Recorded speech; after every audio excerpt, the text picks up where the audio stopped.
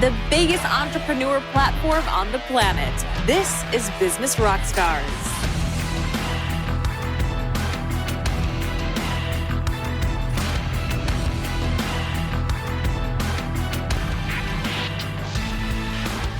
This is Business Rockstars. I'm Brittany Whitney, and my guest today is Blair LaCorte, CEO and board member of AEye. Blair, thanks for joining us today. Yeah, thanks for having me. It's great to see you again. You too. So for those who are not familiar with you, you're a serial entrepreneur. You served as the CEO of XOJET, one of the fastest growing aviation companies in history. You also served as the managing director and operating partner at TPG, which did over 91 billion in global investments. Let's take a little trip down memory lane. Tell us about your entrepreneurial journey and what kind of led you up to this point in your career. Sure. And first of all, thank you, because that's a very gracious introduction, especially since you've met me before. So, but look, one of the things I try to correct is a lot of people give me credit being a serial entrepreneur, and I have been in a lot of entrepreneurial situations, taken over a lot of companies. But I actually have a special place in my heart for entrepreneurs who started something from nothing on a credit card, basically telling their family they're going to risk everything. While I've been very entrepreneurial, and in fact, I grew up in two entrepreneurial families, I think the reason I've never started anything is because my mother and stepfather had a startup airline, and my dad had a startup professional services company.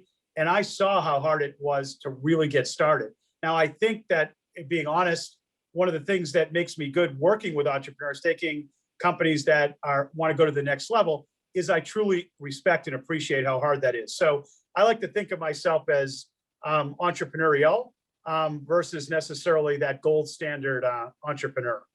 Absolutely. And tell us and tell everyone who's watching, who's not familiar with AEye, tell us what your company does. Sure. On the highest level, we basically build, AEye stands for artificial eye. Now it also has a nice, ring to it because we do a lot of AI inside of our product. But the company was founded by Louis Dassin, and his goal was to develop a system that would allow assets to see better than humans. Now, many people on the podcast may be surprised, but humans actually can see better than computers in a lot of high-risk situations, especially when they're moving and other objects in the scene are moving. Humans actually intelligently change their spatial and their temporal, the amount they scan, simultaneously, which is very, very difficult to get in a computer system where you're doing both at the same time. So AEye was really founded on basically the concept of biomimicry. How do I take what a human does and then augment it with what a computer does well? I'll give you one more maybe interesting statistic, is that humans actually process differently than we all think we do. 80% of what we process in vision is done at the edge of the brain, not in the center. We don't think about it. So we're doing it very, very quickly. And 40% of your vision is actually other senses, hearing, smell, and touch, where they gives you the intelligence to say, I heard something to my left, I will foveate to my left. I smelled something like a pie, I know it's round, I will increase my ability to find round things by increasing my update rate. So humans are actually very, very interesting on how they actually see. A lot of it doesn't have to do with your executive function in your brain. And some people are really skeptical about autonomous driving. Tell us about AEye's patented technology and the accuracy behind it. Sure. Well, AEye is based at the center of it on a sensor called LiDAR, which means that, hey, radar shoots out a radio wave, or a camera shoots out pixels and you bring back the contrast. Both of those type of sensors, which are in almost everything today, right? They're indicative sensors. They guess what they're seeing. So a radar system may bounce off a lot of things and you try to figure out whether it's there or it's not there, but it also can see far distances and through weather. Cameras can see real contrast and edges, but you've seen when sunlight hits it straight on, or there's other situations where it's too far away, the pixels can't actually determine what's going on. So LiDAR is actually the next generation of sensors. It's the only sensor in the world that can actually tell you for sure that there's something out there. And the reason it can do it is because lasers see in 3D. Now, in fact, the new iPad you just bought actually has a LiDAR system in it for the first time. Why?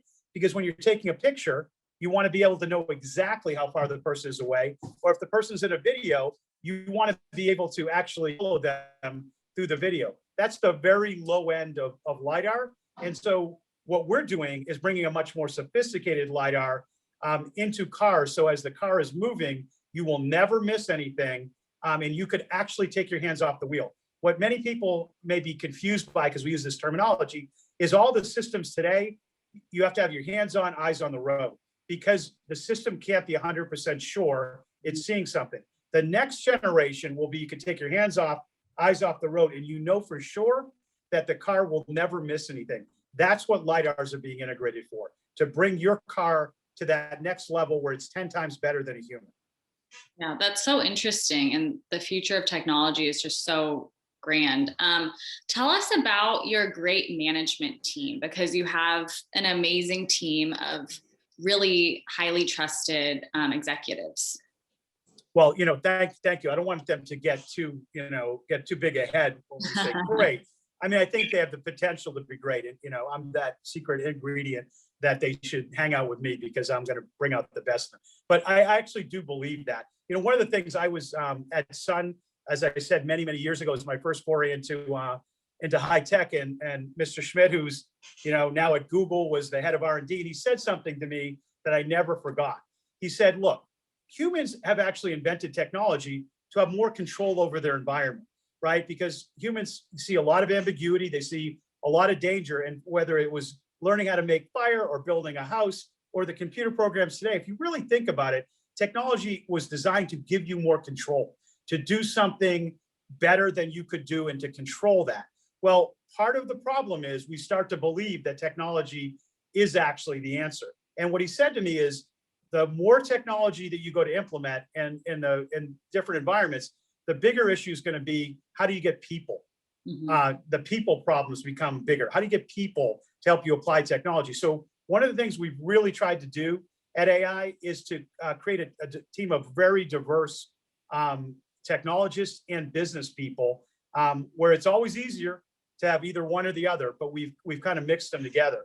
And I learn every day. And that is also, I think, people will often say, wait, the great entrepreneurs and the way to learn is to be curious. Well, it's okay to be curious, but if you can't have people around you that can help you figure out the answer, being curious alone takes a lot longer to actually develop. So I actually learn as much from my team as I think anything else. And what would you say the company culture is like at AEye?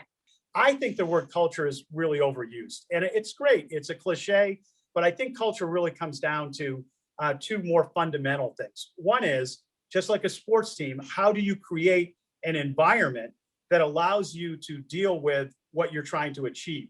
What positions do people have? How do they communicate? Who's in charge? What do you encourage? Do you encourage risk-taking or non-risk-taking? So I think the first part of culture is being able to create the right culture. And so for us, because we're inventing new things, we actually have a very interesting culture. We emphasize two, what you would probably think are paradoxical concepts. One is quick start, intuitive thinking. Come out early, give me your hypothesis, and if we can't break it, then let's put some more time towards it. And if we can, let's actually go towards it and invest resources. The second piece of our culture is fact finder. We want you to be able to actually come in with facts. So fact finders usually move slow, quick starts usually move fast. And by combining that culture, we're trying to be iterative, just like a human brain, to be able to jump and test conclusions without taking very much risk. The second piece, which I think for the entrepreneurs out there, I read a lot of business books, and they would always have one CEO would tell you what his culture was and his leadership style. I think there's a lot of leadership styles and a lot of cultures. The key is having one that's consistent. That doesn't mean you're not have diversity, but it means that everyone there feels like they understand the culture, right? Cognitive dissonance is good, but cognitive dissonance, when it's done by people who are bought into the same tribe, actually is positive. Cognitive dissonance, where you breaks apart into different groups because they don't feel comfortable, that's bad. So it's hard for me to judge what the best culture is. First, it has to be applied to what you're doing every day. And second, the CEO has to make sure it's consistent, right? That's my philosophy. Absolutely. You guys have a really unique go-to-market approach. Can you tell us about that? It's unique in our marketplace because a lot of the companies that started in my marketplace started with technology. And again, LiDAR has been in the Defense Department, has been in telecommunications for many, many years. It's been in space exploration. When I say they're new, the commercialization of a laser being used to interrogate a regular environment, many of those companies went at it as, how could I build a piece of hardware that collected more photons than anywhere in the world? And they built passive systems. And every industry has technology that collects things passively. Other people create more active systems. And so what I would say is that we came about this from a different direction, which we thought, rather than actually try to sell direct to everybody, we'd build the system that could be configured, and we would partner in each of the markets we went into. Takes you a little bit longer at the beginning because, and I'm gonna, you give me the chance to share some of what I've learned over the years. One of the things that my dad said to me is that partnership isn't partnership unless you know how your partner makes money. A lot of people talk about, in fact, I used to use the phrase Barney. It's a Barney deal. I love you, you love me, we're a happy family, we have a partnership, right? Partnerships don't last, whether it's a relationship, as we both know because we're both married, or it's a business relationship, unless you understand how the person makes money. So our business model is quite different. It's taken us longer, but we don't sell direct into our major markets. We sell through things called tier ones, who are the people who really make your cars, people who make the systems who make your cars.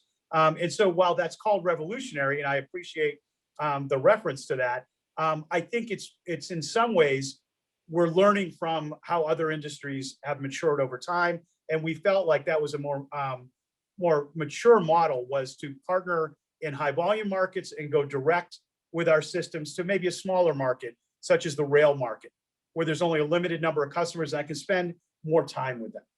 Absolutely. And I want to take a little trip down memory lane. As you know, entrepreneurship is not an easy path. There's pitfalls all the time. What was one of the most memorable struggles that you have faced, and how did you kind of overcome it, and how did it make you stronger? COVID was a real comeuppance, right? One, you're personally threatened and you're worried about your family. The second is you can see the impact it's having on the world. But then it starts to flow down into what you do every day.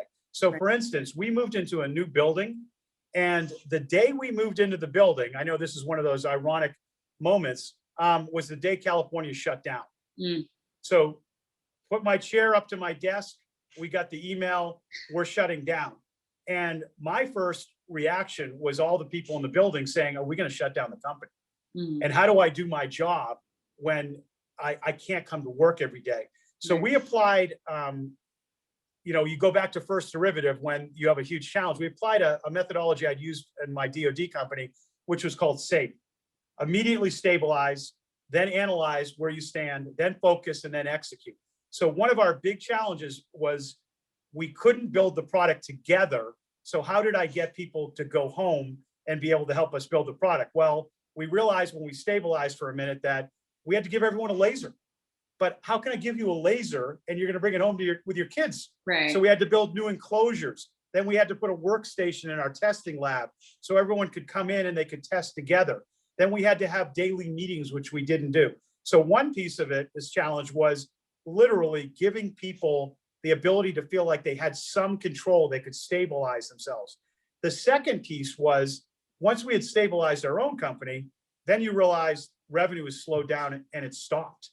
People can't actually, they slow down their programs. New customers can't see you. So we had to figure out how to then, once we stabilized ourselves, how to actually stabilize our relationships outside. And this is going to sound like a bizarre solution, but because I had 5 kids at home playing games every day, I was sitting there having a beer, and I looked over and I thought, wow, we're having trouble showing people this very sophisticated technology with very dense point clouds, showing how we collect information about the environment.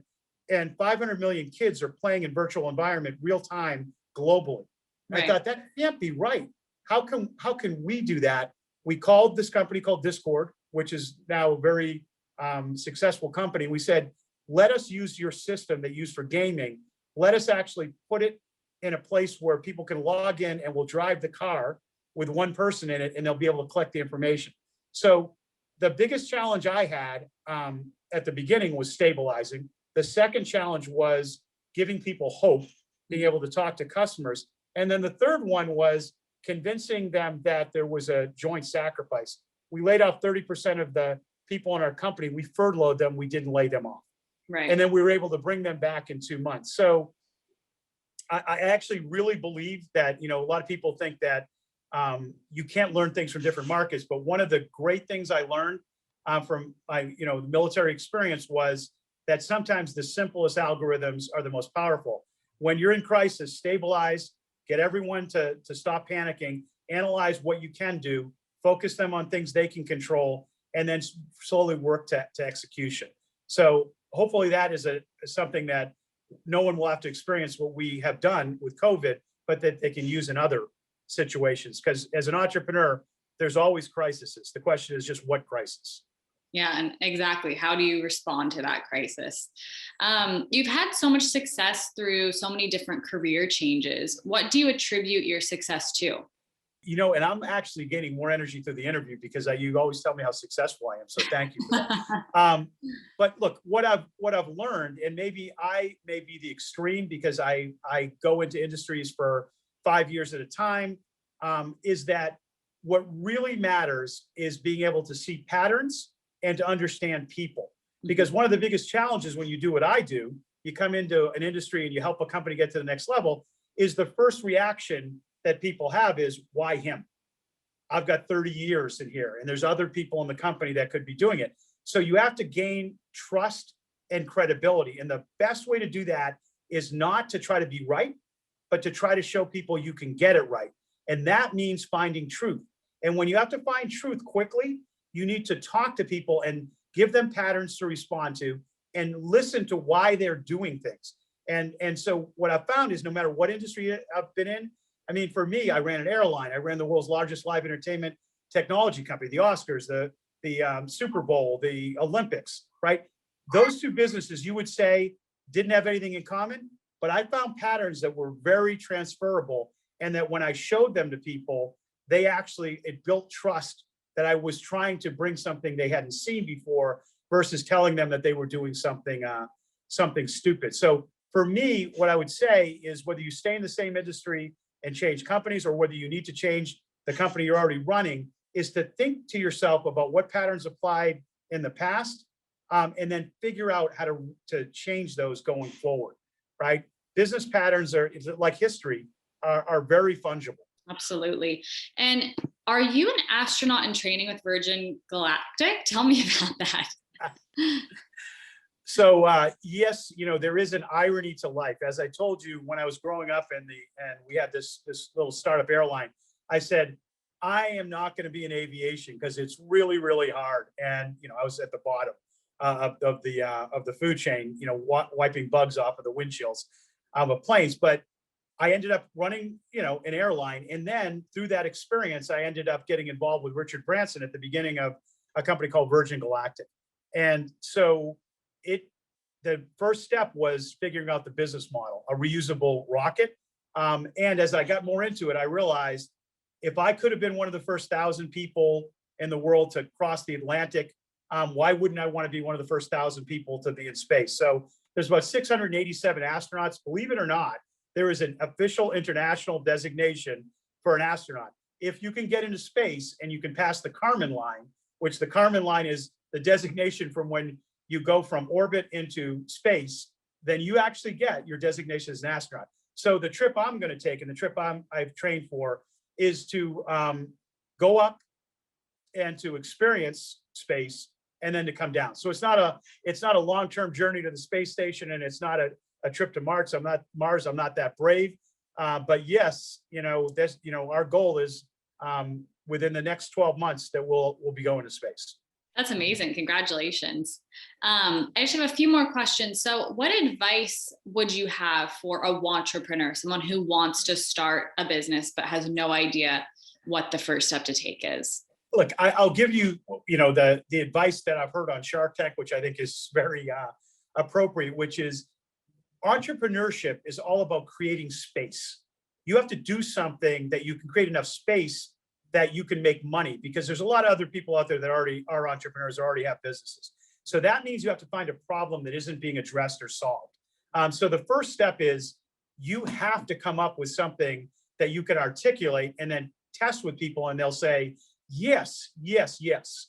The second thing I would say is if it doesn't make you sick to do it, then it's a hobby, okay? Because entrepreneurship by definition creates ambiguity because you're doing something new. And for most of us, ambiguity is what we're trying to stay away from. Our brain is designed to take complexity to simplicity, to take a look at the environment for risk and to take the risk away.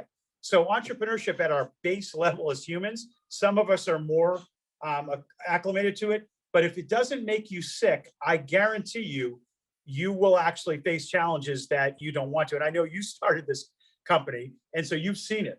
There are different cycles when you just have to believe, and you have to stay there long enough to do it. So first is, if you don't have a problem that when you give it to people that they say yes, and it doesn't make you sick, not to miss this opportunity, then I would stay out of entrepreneurship.